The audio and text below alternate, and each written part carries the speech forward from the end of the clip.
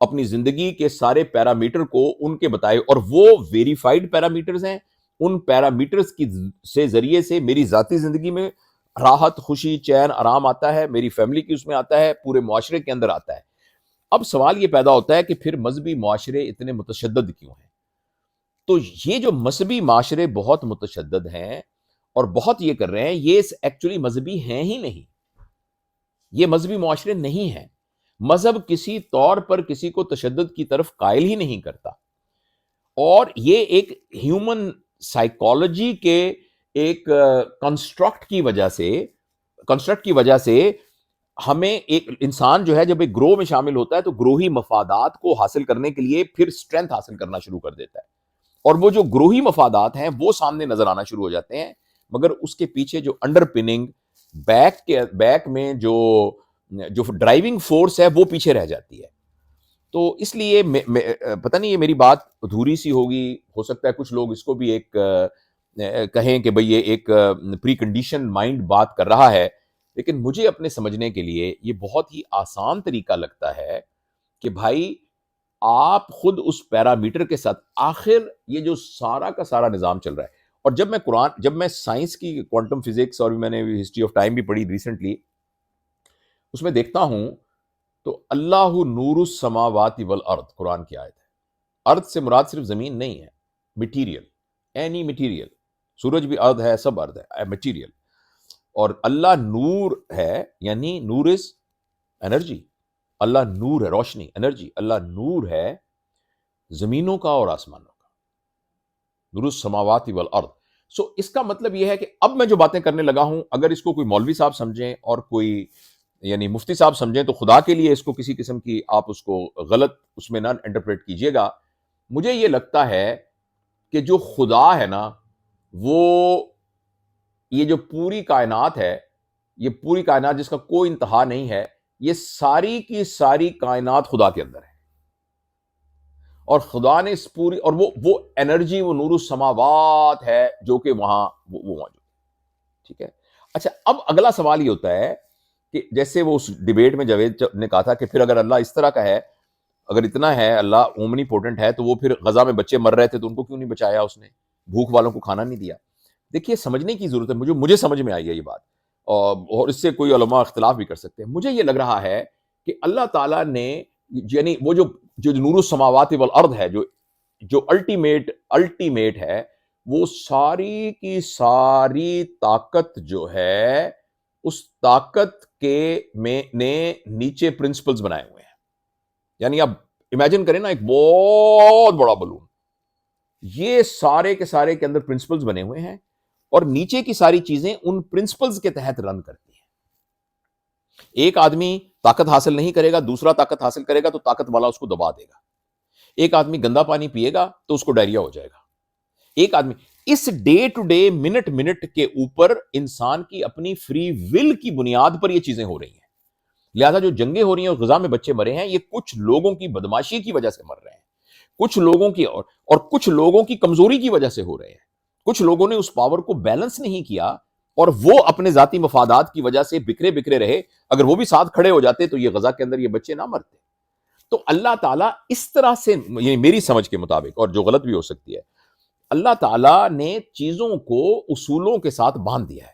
یعنی اگر آپ ڈیبیٹ کے طور پر یہ سمجھیں کہ فرض کریں مجھے ابھی بھوک لگی ہے اور مجھے یا پیٹ میں درد ہو رہا ہے، اللہ موجود ہے تو بھی میں نے اس کا علاج خود ہی کرنا ہے، اللہ نہیں موجود تب بھی میں نے اس کا علاج خود ہی کرنا ہے. اگر بھوک لگی ہے تو کھانا پھر بھی میں نے، اللہ موجود ہے تب بھی میں نے کھانا ہے، اللہ موجود نہیں ہے تب بھی میں نے کھانا ہے. ٹھیک ہے. لہٰذا یہ بات کہ اللہ موجود ہے مجھے اس بات سے بری ذمہ نہیں کرتا کہ میں نے کچھ کام نہیں کرنا، کیونکہ اللہ تعالیٰ نے نیچے تمام چیزوں کو اصول، اور قرآن کی ایک آیت ہے کہ اللہ اپنی سنت کو کبھی تبدیل، میں سنت کو ایکچولی پرنسپلز کہتا ہوں. جو پرنسپلز ہیں، جو فزکس کے، بایولوجی کے، کیمسٹری کے، میتھمیٹکس، جتنے بھی پرنسپلز ہیں، وہ سارے پرنسپلز اس کائنات پر، ہمارے اوپر، ہم سب کے اوپر لاگو ہوتے ہیں. لہٰذا ایک شخص پر جو برے حالات آتے ہیں، جو اچھے حالات ہیں، لیکن چونکہ یہ سارا کا سارا سسٹم ارائیز ہی اللہ سے، کریٹ ہی اللہ کی طرف سے ہوا ہے، تو اس لیے ہم اللہ کہتے ہیں کہ اللہ ہر چیز پر قادر ہے.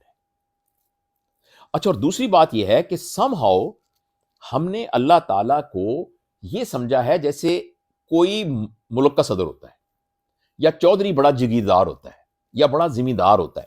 جو اللہ تعالیٰ کا یہ شخصی کانسیپٹ ہے نا کہ تو ہمیں اس طرح کی صفات نظر آتی ہیں، جبکہ خدا ایبسولوٹ حالت کے اندر وہ جتنی صفات بیان کی گئی ہیں ان کا سائملٹینیسلی حامل ہے. اور وہ جو صفات ہیں وہ بیسیکلی انہی صفات سے ریمیفائی ہو کر اللہ تعالیٰ کی سنتیں نکل رہی ہیں، جن سنتوں کا نام پرنسپلز ہیں، فزیکل پرنسپلز ہیں، وہ نکل رہے ہیں. اس لیے ہمیں دھوکا ہوتا ہے بعض اوقات کہ ہم اللہ میرا کام کیوں نہیں کر رہا، اللہ یہ نہیں کر رہا.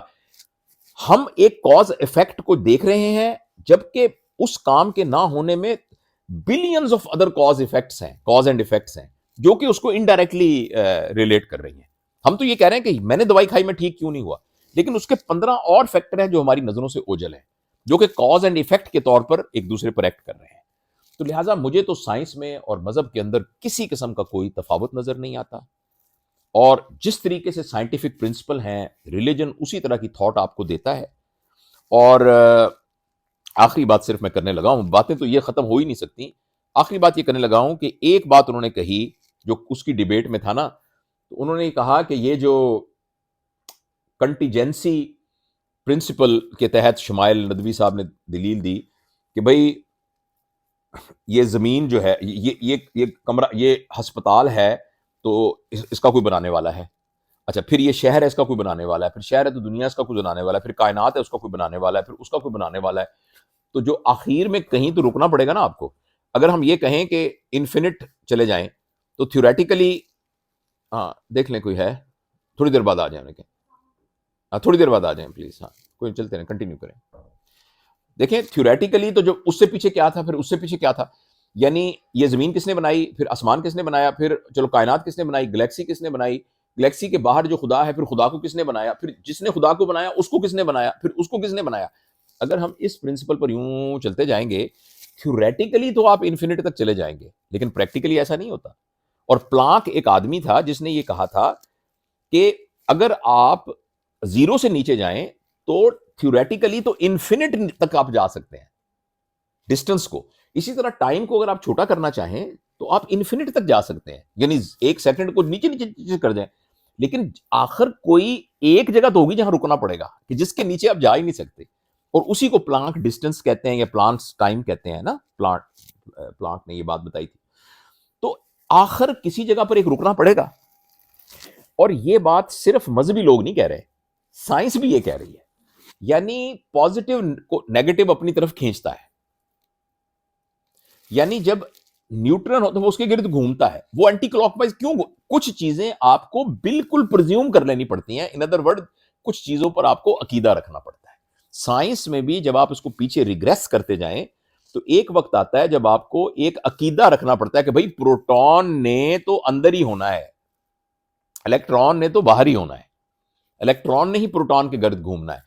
تو یہ ہم وہاں بھی جا کر ایک جگہ پر بلاک ہو جاتے ہیں، اور وہاں جا کر ہمیں یہ کہنا پڑتا ہے کہ بھئی اس کے بعد یہ ہمیں ماننا پڑے گا، اس کے اوپر جو کچھ ہم بلڈ کریں گے وہ سارا کا سارا سائنٹیفک پرنسپل سے کریں گے. تو دین کے سلسلے میں بھی مجھے بہت ہی سہولت کے ساتھ یہ بات سمجھ آئی ہے کہ مجھے صرف یہ ماننا ہے کہ ہمارا ایک پوری کائنات کا پیدا کرنے والا ایک خدا ہے. البتہ جو شریعت اور جو قوانین ان کے اندر جو ماڈیفیکیشن ہوئی ہیں بہت زیادہ، ان میں سے بہت ساری چیزیں جو ہیں وہ ایکچولی انسان کی بنائی ہوئی ہیں.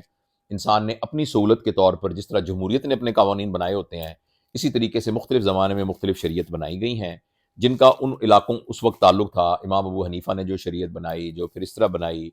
اچھا ہندو لوگوں نے اپنی جو جس طریقے سے رسم و رواج بنائے، جو تمام چیزیں بنائیں، وہ ساری کی ساری انسان کی بنی ہوئی ہیں.